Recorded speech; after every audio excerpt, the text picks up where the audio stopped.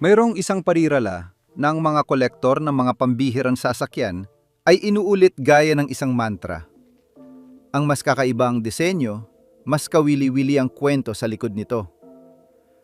At ang 12 truck na ito ay ang buhay na patunay na ang pambihira at ang paggana ay maaaring maglakad ng magkasama kahit na kung minsan ay pilay ng kaunti.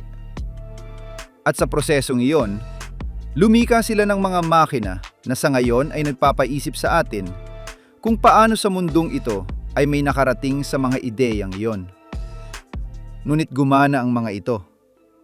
At ang ilang dekada ang lumipas, ay gumagawa pa rin ito, hinahamon ng paglipas ng panahon at ng lohika. Magsimula tayo. Bilang 12, Scamel Townsman na may 3 gulong. Reino Unido, mga taong 1,950. Huminga ka ng malalim ng 1 segundo dahil totoo ito. May isang tao sa kung saan sa Inglaterra ang tumingin sa isang buong truck at nag-isip. Alam mo ba, sobrang 1 gulong. At laban sa lahat ng inaasahan, gumana ito. Ang Scamel Townsman na may 3 gulong ay dinisenyo para sa isang napaka-espesipikong misyon. Mabuhay sa mga lugar kung saan ang mga normal na sasakyan ay bumibigay lamang. Pinag-uusapan natin ang mga kalsadang kasingkitid ng mga pasilyo, mga bakuran ng riles na imposible, mga sulok kung saan ang pagliko ay tila isang pangarap na nakalaan lamang para sa mga bisikleta, habang ang ibang mga truck ay nangangailangan ng walang katapusang pagmamanyobra. Pabalik-balik ng paulit-ulit, ang maliit na traktor na panglungsod na ito ay pumapasok, lumiliko, at lumalabas na parang wala lang. Tila, nagmamayabang pa ito. Ang nag-iisang gulong sa harap ang gumagawa ng lahat ng trabaho, na nagbibigay daan sa isang radius ng pagliko na napaka-absurdo, kaya nagbibigay ito ng pakiramdam na kaya nitong habulin ang sarili nito. Ang mga driver ay nakaupo sa loob ng isang taxi na hugistuka, nakaabante, kakaiba, mas malapit sa isang guhit larawan kaysa sa katotohanan. Ngunit ito ay purong kahusayan. At mayroon pang iba. Isinama nito ang isang sistema ng pagkakabit na nagpapahintulot na ikabit o itanggal ang mga trailer nang hindi bumababa sa upuan. Sa panahong yon ay halos isang mahika sa industriya. Oras na natipid, pagod na nabawasan, produktibidad na tumaas ng husto. Siyempre, may reputasyon itong mapanganib. Kung papasok ka ng napakabilis sa isang kurbada ng walang karga, garantisado ang gulat. Hindi ito eksaktong hari ng katatagan. Kailangan itong irespeto, intindihin, halos makipag-ayos dito, gaya ng pakikipag-ayos sa isang matigas ang ulong mula. Gayunpaman, niresolba nito ang isang tunay na problema ng mas mahusay kaysa sa sinuman. Ngayon, naglaho na ito sa mga kalsada, at ang makakita ng isa na gumagalaw ay parang isang laruan na nabuhay. Kakaiba, kaakit-akit, imposibleng baliwalain. Bilang 11, Tempo Hanseat, Alemanya, mga taong 1,950. Ang ikalawang digmaang pandigdig ay nag-iwan sa Europa sa pagkawasak. Walang pera, walang asero, walang oras para sa mga luho. Kailangang muling itayo ang mga buong lungsod gamit ang kakaunting natira. At sa kontekstong iyon, may kumuha ng ideya ng isang motorsiklo at ginawa itong truck. Ang resulta ay ang Tempo Hanseat, isang sasakyan na mukhang biro, ngunit naging isang mahalagang kagamitan. Isang gulong sa harap, 2 sa likod, isang maliit na makina na tumutunog na tila permanenteng galit sa mundo. Walang mga luho, walang kinyaman, walang ningning. Mayroong pangangailangan. Ang makina ay halos nakakabit sa itaas ng gulong sa harap. Kaya kapag lumiliko ka, lahat ay umiikot kasama mo. Ang karanasan ay maingay, may pangkinginig, puno ng asul na usok at karakter. Hindi mo ito minamaneho, nilalabanan mo ito. Ngunit ginagawa nito ang trabaho. Tinapay, karbon, mga gulay, mga kagamitan, anuman ang kailangan. Ang mga lungsod sa Alemanya ay muling nakahinga salamat sa mga makinang tulad dito. Hindi sila maganda, ngunit sila ay abot kaya. At kapag may nasira, halos kahit sino ay kayang kumumpuni at ibalik ito sa buhay gamit ang mga pangunahing kagamitan at kaunting pasensya.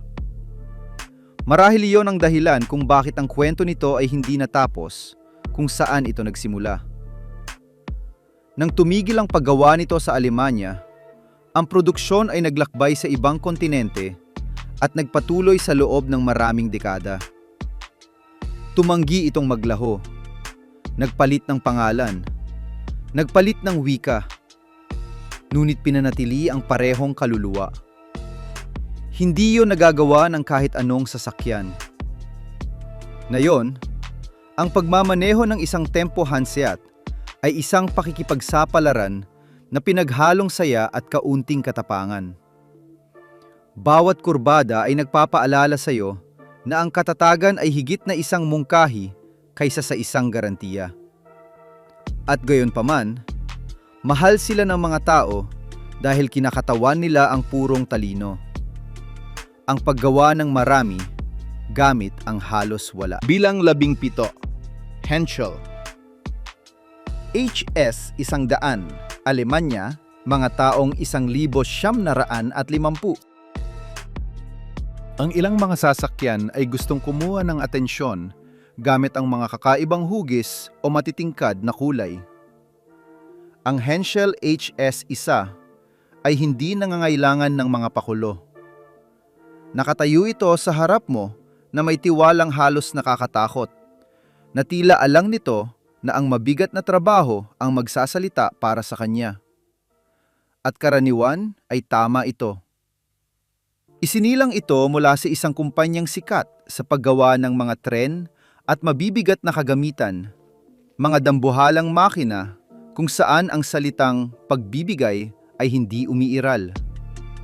Nang ilapat nila ang parehong kaisipang iyon sa isang truck, ang resulta ay isang bagay na labis na matatag.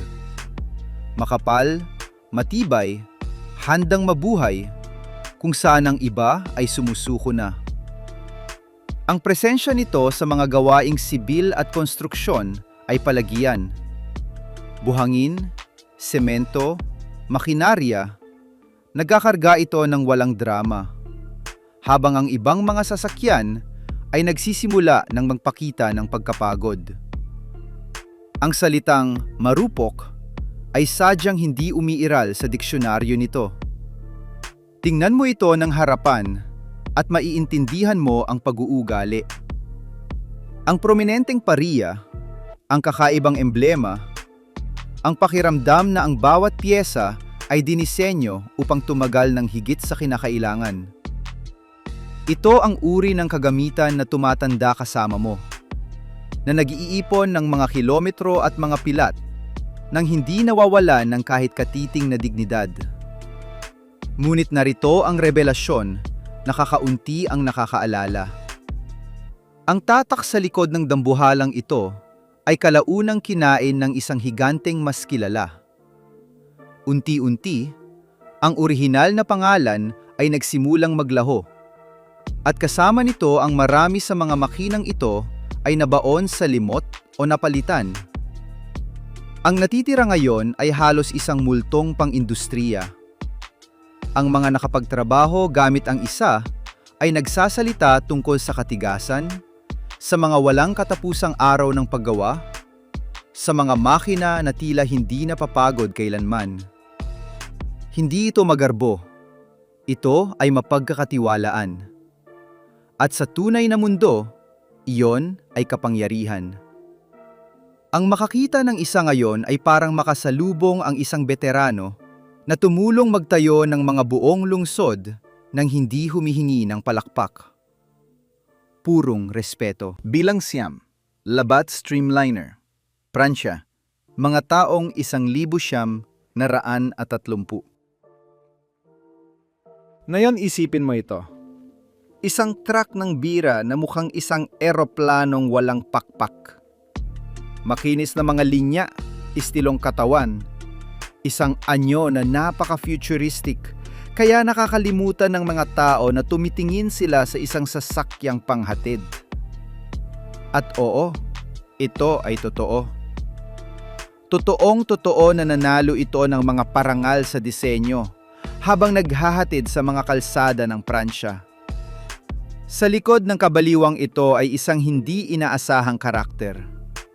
Isang konde na taga-Europa na nahuhumaling sa aerodinamika. Ang kanyang ideya ay simple, ngunit revolusyonaryo.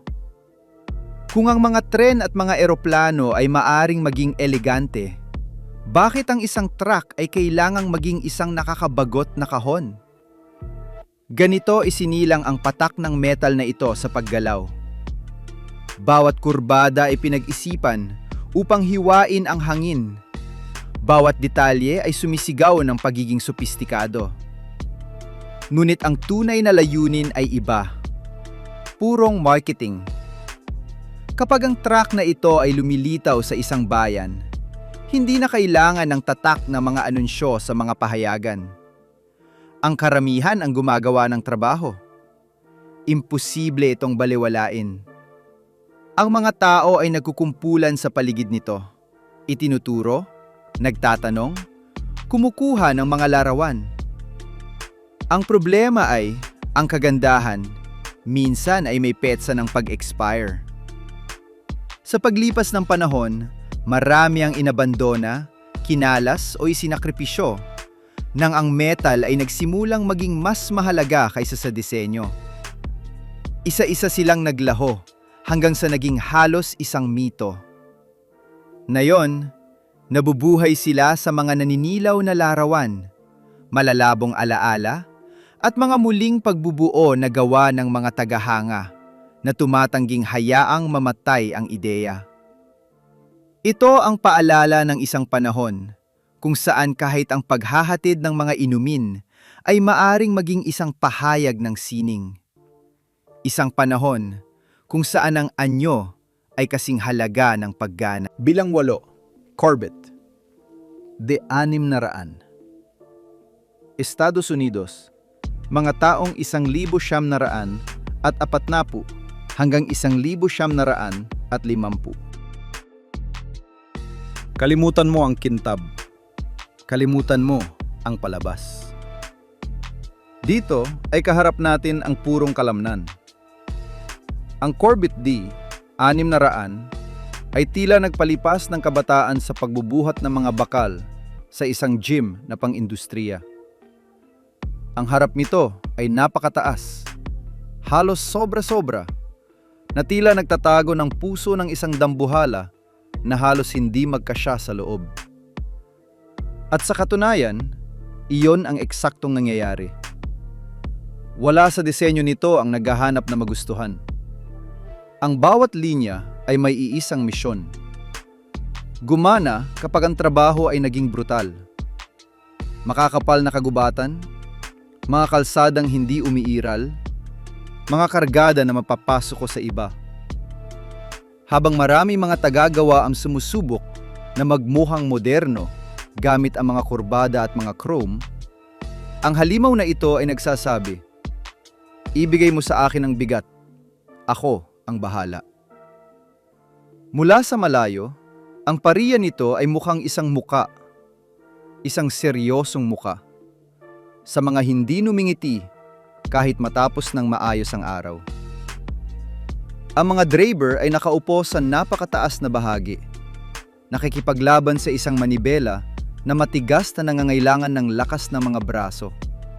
Init na pumapasok sa bawat siwang, Ingay na bumubutas sa mga tainga at mga panginginig na nag-iiwan sa iyong mga braso na nanginginig pagkatapos ng ilang oras.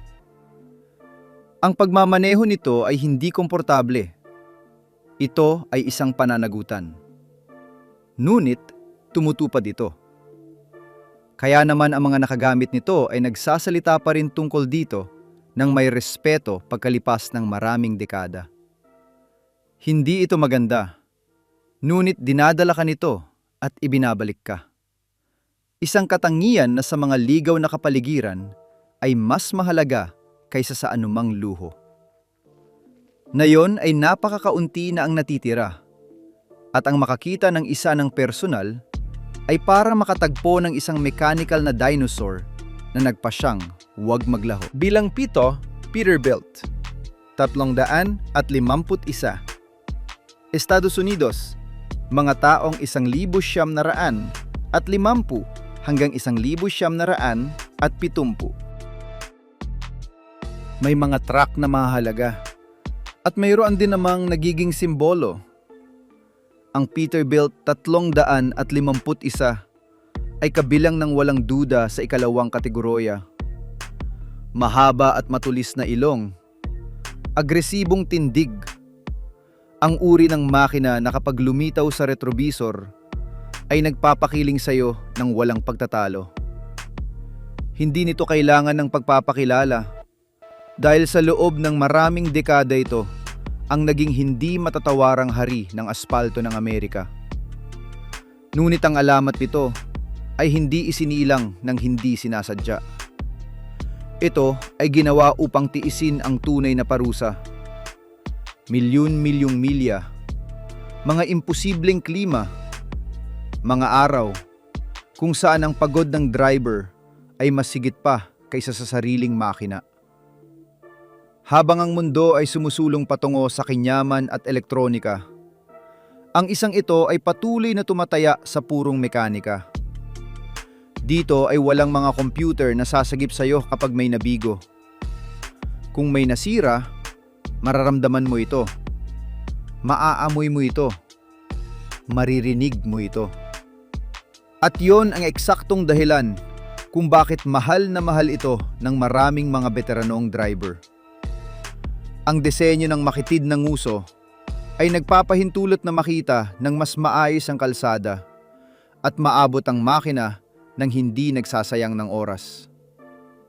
Binubuksan mo ang gilid ng takib ng makina na tila mga pakpak na metal at nandoon ang lahat. Tapat, nakalantad, handang kumpunihin ng mga kamay na alam ang kanilang ginagawa. Ang pagmamaneho nito ay nangangailangan ng lakas, pasensya, respeto. Ngunit kapalit nito ay nag-aalok ito sa iyo ng isang bagay na mahirap ipaliwanag sa mga salita. Karakter. Ito ay naging mental na imahe ng klasikong trakero. Ang araw na lumulubog sa abot tanaw, ang radyo na nakabukas na may music ang country, walang katapusang mga kilometro sa unahan. Isang timpla ng kalayaan at responsibilidad na nagmarka sa isang buong henerasyon ng mga tagahatid. Ngayon, ito ay isang piraso ng koleksyon na hinahangad. Kapag may lumitaw na isa sa ruta, kahit ang mga walang alam tungkol sa mga truck, ay nararamdaman na nakakakita sila ng isang bagay na espesyal. Meron itong presensya, kasaysayan, autoridad. Hindi ito ang pinaka-futuristic. Hindi ito ang pinakakakaiba. Ito ang nagtakda ng pamantayan kung saan ang lahat ng iba ay sinusukat. Hanggang dito ay nakakita tayo ng mga kamangha-manghang pambihira, mga makina na may personalidad at mga mechanical na solusyon na una sa kanilang panahon. Ngunit ang mga darating ay mula sa ibang planeta. Sila ang mga humamon sa pisika, ang mga nagdala sa salitang kolusal sa ibang antas, ang mga tila kinuha mula sa isang pelikula ng science fiction at isa na napaka-absurdo, kaya itatanong mo sa iyong sarili kung paano may nakapag-aproba sa konstruksyon nito. Maghanda ka, dahil ang pagkahilo ay malapit ng magsimula. Bilang 6. GMC Futureliner, Estados Unidos. Mga taong 1,940. Ilahawan mo ang eksenang ito. Ito ay isang ordinaryong araw sa isang bayan sa Amerika noong huling bahagi ng mga taong 1,940. Ang mga tao ay payapang namumuhay. Walang pagmamadali. Nang biglang may kumalat na balita. May dambuhalang paparating. Lalabas ka ng iyong bahay at ang unang makikita mo ay isang pulang pader ng asero na dahan-dahang papalapit sa iyo. Mataas na parang isang gusaling, may 2 palapag. Makintab na parang isang rocket na bagong pakintab. At tahimik na nakakatakot. Hindi ito mukhang truck. Mukha itong mensahe mula sa hinaharap. Ang GMC Futureliner ay nilikha para sa isang napaka-espesipikong misyon. Libutin ang bansa upang ipakita ang mga imbensyon na nangakong babago sa buhay ng lahat ng mga Amerikano. Enerhiya ng bukas. Mga mahiwagang kusina na nagluluto sa loob ng ilang minuto. Mga imposibleng makina na gumagana sa kahit anong bagay. Ngunit bago pa magsimula ang palabas, ang mismong sasakyan ay nanalo na. Dahil ito ay sadyang napakalaki. Ang driver ay naglalakbay sa gitnang bahagi na mataas. Natira nagpipiloto ng isang sasakyang pangkalawakan mula sa isang silid komandong may mga salamin. Walang mga normal na salamin. Walang mga kilalang basehan. Tanging isang nang-inibabaw na tanawin ng mundo habang ang karamihan ay nakatingin mula sa ibaba ng nakanganga. At kapag huminto na ito, ang tunay na mahika ay nagsisimula. Ang mga gilid ay bumubukas ng hidroliko. Ang mga pader ay nagiging mga entablado. At biglang, ang truck ay nagiging isang naglalakbay na teatro. Isang direktang bintana patungo sa bukas. Ang mga buong pamilya ay natitigilan sa panonood ng mga demonstrasyon na tila kinuha mula sa ibang siglo. Ang pinaka-hindi kapanipaniwala ay nagtayo lamang sila ng kakaunti sa mga sasakyang ito. 12 para maging eksakto. Napakakaunti ang nakaligtas sa paglipas ng panahon, sa pag-abandona at sa pagiging scrap. At sa tuwing may lilitaw na isa sa isang subasta, ang presyo ay tumataas sa mga antas na nagpapanigaw kahit sa mga veteranong kolektor na may makakapal na tseke. Dahil hindi ka bumibili ng metal, hindi ka bumibili ng makina. Bumibili ka ng isang pangako na minsan ay pinaniniwalaan ng mundo na posible. Ang Futureliner ay kumakatawan sa isang panahon kung saan ang hinaharap ay magiging maliwanag, aerodinamiko at perpekto. Isang pantasya sa ibabaw ng mga gulong na sa paglipas ng mga taon ay naging halos malamito. Ngayon, ang makita ito ay parang pagmamasid sa isang alaala ng isang bagay na hindi kailanman natapos mangyari. Ngunit sa isang sandali, lahat tayo ay naniwalang darating. Bilang 5. Davian, Emiratos Arabes, mga taong 2,000. Babalaan kita. Walang larawan ang tunay na maghahanda sa iyong utak upang intindihin ito. Dahil kapag nakita mo ito ng personal, kapag inilagay mo ito sa tabi ng isang normal na sasakyan, ang iyong isip ay malilito. Ang mga proporsyon ay mali. Ang lohika ay naglalaho. Ang sentido komun ay nag-iempake na at umaalis. Para itong may kumuha ng isang laruan mula sa mga tindahan ng kolektor at pinalaki ito hanggang sa maging katawa-tawa. 35 talampakan ng haba, higit sa 10 metro. 10 gulong, ang bawat isa ay kasing laki ng isang tao. 24 na tonelada ng purong kalabisan. At bakit? Ang sagot ay kasing simple ng pagiging nakakadismaya. Dahil kaya nila. Isinilang ito sa Emiratos Arabes, ang sulok ng mundo, kung saan ang salitang kalabisan ay minsan ay kulang pa upang ilarawan ang kayang itayo ng mga tao kapag ang pera ay hindi problema. Ang mga lumikha nito ay pinaghalo ang kalansay ng isang sasakyang militar sa mga estetikong detalye na tila kinuha mula sa isang klasikong American off-roader. Ang resulta ay isang hybrid na nilalang na hindi dapat gumana, ngunit gumagana. Kalahating relikyang militar, kalahating eksperimento sa disenyo, kalahating demonstrasyon ng kapangyarihang pang-ekonomiya. Oo, napakaraming kalahati. Ngunit ganoon kaabsurdo ang sasakyang ito.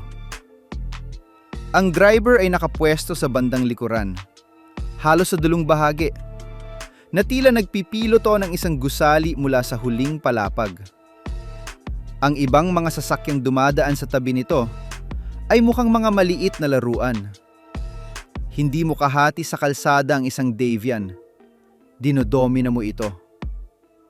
Ngunit narito ang pinaka-wild sa lahat. Hindi ito itinayo upang magtrabaho. Hindi ito dinisenyo upang maging praktikal, o upang magdala ng kargada, o upang gumawa ng anumang uri ng kapakipakinabang na gawain. Ito ay isang pahayag.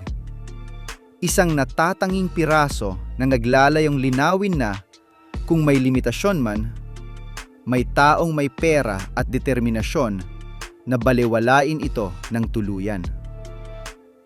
Ang pagpapakilos sa ganoong kalaking masa ay nangangailangan ng seryosong mechanical na kalupitan.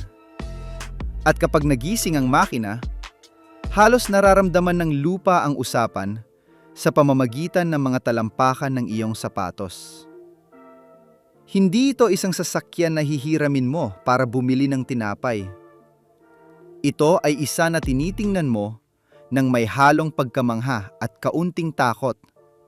Dahil alam mo na, kung magkamali ito, ikaw ang talo. Bilang 4, Oshkosh. Modelo ng 8 gulong na motrises, mga taong 1,970.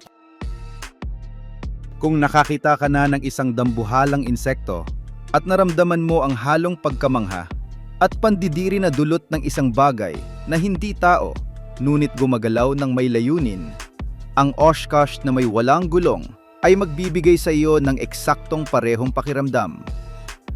Dinisenyo para sa hukbong militar ng Estados Unidos noong mga taong 1970, ang truck na ito ay mukhang isang mechanical na gagamba na handang umakyat sa kahit anong ibabaw, kahit gaano pa ito kaimposible. Mayroon itong walang gulong at ang pinakamahalaga, ang walang ito ay motrises. Walang patay na gulong, walang mahinang bahagi. Ngunit ang nagpabukod tangi rito ay ang sistema ng pagmamanibela nito. Hindi lamang ang mga gulong sa harap ang lumiliko, pati ang mga nasa likod ay lumiliko rin.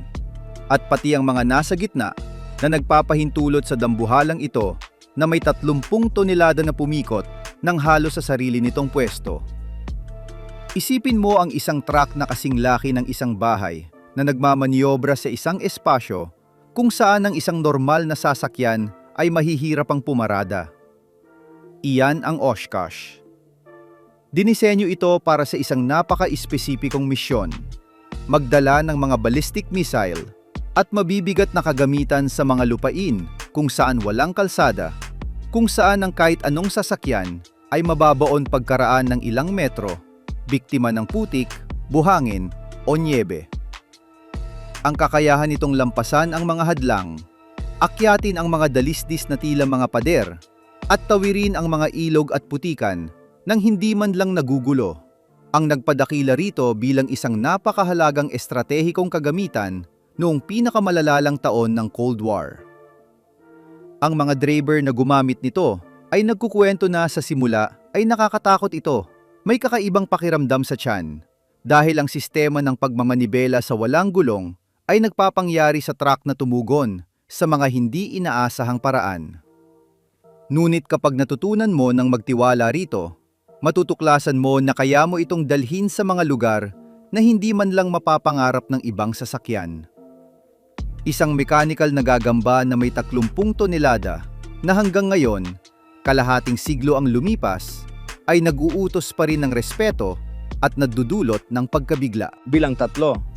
Leterno TC 477 Overland Train, Estados Unidos, mga taong 1,750. Si R.G. Leterno ay isang lalaking may obsesyon, maglipat ng lupa. Ngunit hindi lang basta-bastang dami ng lupa, kundi mga industrial na dami. Mga dami na magpapanigaw sa kahit anong modernong kumpanya ng konstruksyon. At para doon, nagdisenyo siya ng mga makina na humahamon sa imahinasyon at minsan sa katinuan. Ang kanyang obra maestra, ang TC 477 Overland Train, ay hindi isang truck. Ito ay isang tren na walang riles. May haba itong 173 metro. Mas mahaba pa sa isang aircraft carrier noong ikalawang digmaang pandigdig. Meron itong 54 na gulong. Ang bawat isa ay may halos 3 metrong diametro. At ang bawat isa ay may sariling makinang dekuryente. At ito ay pinapatakbo ng isang gas turbine na lumilikha ng kuryente para pakainin ang lahat ng mga makinang iyon. Isang naglalakbay na planta ng kuryente sa ibabaw ng mga gulong. Ang ideya ay lumikha ng isang sasakyang kayang tumawid sa mga disyerto, nagyelong tundra, at kahit anong uri ng lupain nang hindi nangangailangan ng mga kalsada, habang nagdadala ng mga supply sa mga malalayong lugar na hindi nararating ng mga konbensyonal na tren o ng mga normal na truck. Kapag gumagalaw ito, tila isang lungsod sa ibabaw ng mga gulong na dahan-dahang dumidulas sa abot tanaw, isang mechanical na prosesyon na hindi natatapos. Ang driver ay nasa isang mataas na taxi sa unang unit, parang isang kapitan sa kanyang tulay ng barko. At sa likod ay nakadugtong ang walang katapusang mga unit ng kargada. Ang bawat isa ay may sariling mga gulong at sariling suspensyon. Kaya nitong magdala ng hanggang 150 tonelada sa kahit anong lupain, gaano man ito katarik o kaspalto. Ngunit may isang problema, at ito ay isang malaking problema. Napakalaki nito, kaya hindi ito naging practical para sa halos lahat ng tunay na misyon. Ang pagliko ay nangangailangan ng ilang kilometrong espasyo, literal. Ang pinakamabilis na takbo nito ay halos 30 kilometro kada oras lamang. At ang pagpapanatili rito na gumagana ay isang hamong logistical na mismo. Isang prototype lamang ang itinayo, na ngayon ay nakalagak sa isang museo bilang patotoo sa kayang marating ng ambisyon ng tao. Ngunit sa tuwing may makakakita nito, hindi nila maiwasang itanong kung anong uri ng baliw na isip ang nagkonsepto ng ganoong dambuhala. Ang sagot, isang isip na hindi tumatanggap ng mga limitasyon. Bilang 2. Kenworth Big Red, Estados Unidos, mga taong 1,960. Noong mga taong 1,960, nagpasya ang Kenworth na gawin ang isang bagay na wala pang seryosong sumusubok. Maglagay ng gas turbine sa isang totoong truck. Hindi sa isang prototype sa laboratorio. Ang resulta ay ang Big Red, isang sasakyan na mukhang lokomotibo sa ibabaw ng mga gulong, na may futuristic na taxi na tila kinuha mula sa Los Supersonicos, ang serye ng guhit larawan na nangako ng hinaharap ng mga lumulutang na lungsod at mga lumilipad na kotse. May haba itong higit sa 12 metro, at ang aerodinamikong anyo nito ay humihiwa sa hangin ng may elegansya na wala pang truck ang nagkaroon noon, na bumabasag sa kwadrado at gumaganang estetika ng panahong iyon. Sa ilalim ng harap nito, o sa halip sa ilalim ng aerodinamikong balat nito, may dala itong turbine na Boeing na may 600 lakas kabayo. Ang parehong ginagamit ng ilang mga helikopter at maliliit na eroplano. Ang tunog ay nakakabingi. Isang patuloy na dagundong na nagpapayanig sa aspalto at naririnig sa layong ilang kilometro. Ngunit ang kawili-wili sa Big Red ay hindi lamang ang abanting teknolohiya nito, kundi ang layunin nito. Itinayo ito ng Kenworth upang subuan kung ang mga turbine ay maaaring maging praktikal sa mabigat na transportasyon. Kung maaari silang mag-alok ng alternatibo sa mga kumbensyonal na makinang diesel. Nilakbay nito ang libu-libong kilometro sa mga kalsada ng Amerika na kumukuha ng atensyon saan man ito lumitaw. Humihinto ang mga tao para manood, kumuha ng larawan at magtanong kung ano ang sasakyang pangkalawakang iyon na nakakabit sa mga gulong na nangangahas na dumaan sa kanilang mga kalye. Sa huli, ang mga turbine ay napatunayang masyadong hindi episyente para sa komersyal na gamit. Kumukonsumo sila ng gasolina na tila wala ng bukas at lumilika ng napakatinding init. Ngunit pinatunayan ng Big Red ang isang bagay na mas mahalaga, na ang Kenworth ay handang sumugal, mangarap, at magtayo ng mga bagay na walang sinuman ang nangangahas na iguhit man lang. Ngayon ay nakalagak ito sa isang museo, ngunit ang impluwensya nito ay nararamdaman sa bawat aerodinamikong truck na nakikita natin sa mga modernong kalsada. Ito ang unang nagpatunay na ang isang truck ay maaari ring maging isang pahayag ng hinaharap, isang pangako ng kung ano ang darating. Bilang isa, ang hari ng mga absurdo. Highest HDX, Canada. Mga taong 1,950 hanggang 1,980. Kung nakakita ka na ng usok na lumalabas sa mga gulong ng isang truck, na tila ang makina ay naglalabas ng huling hininga o naghahanda para sa isang labanan, malamang na nakatingin ka sa isang Highest HDX. Hindi ito isang truck para sa paghahatid sa lungsod. Hindi ito isang kumbensyonal na sasakyang pangkonstruksyon. Ito ay isang dambuhala ng industriya ng kagubatan sa Canada, na dinisenyo para sa iisang misyon. Ibaba ang mga bundok na kargado ng mga dambuhalang troso nang hindi namamatay sa pagtatangka. Ang mga kalsada ng operasyong pangkagubatan sa Columbia Britannica ay, at nananatiling, ilan sa mga pinakamapanganib sa planeta.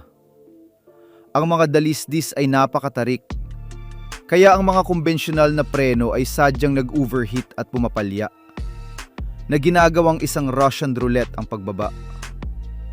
Mga kargada na 200, 300,000 libra ng kahoy ang tumutulak pababa. Sinusubukang gawing isang hindi makontrol na bala ang truck. Ang solusyon ng Highest ay kasing simple ng pagiging nakakatakot.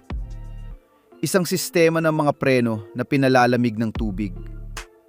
Ang truck ay may dalang dambuhalang tangke na may kapasidad na 100,000 litro, na ang tanging layunin ay bumbahan ng tubig ng tuloy-tuloy ang mga tambol ng preno upang maiwasan ang pag-abot sa mga critical na temperatura. Dahil ang isang Highest HDX na bumababa sa bundok na may karga ay isa talagang potensyal na sunog na gumagalaw. Isang bolang metal na nagbabaga na malapit nang mawala sa kontrol.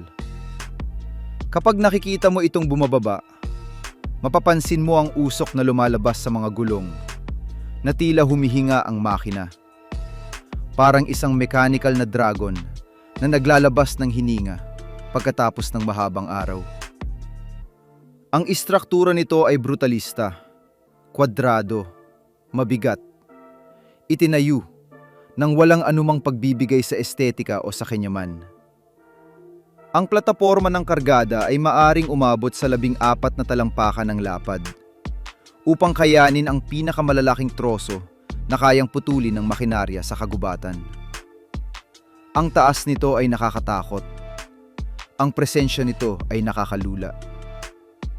Ito ay isang dambuhalang dinisenyo para sa isang kapaligiran, kung saan ang isang pagkakamali ay nangangahulugan ng pagkahulog sa isang bangin na may daan-daang metro, kung saan ang buhay ng mga driver ay nakadepende sa paggana ng mga prenong pinalalamig ng tubig sa bawat segundo ng bawat pagbaba. At ang hindi ka panipaniwala, ang humahamon sa lahat ng lohika, ay marami sa mga truck na ito ang nagtatrabaho pa rin sa mga kagubatan ngayon.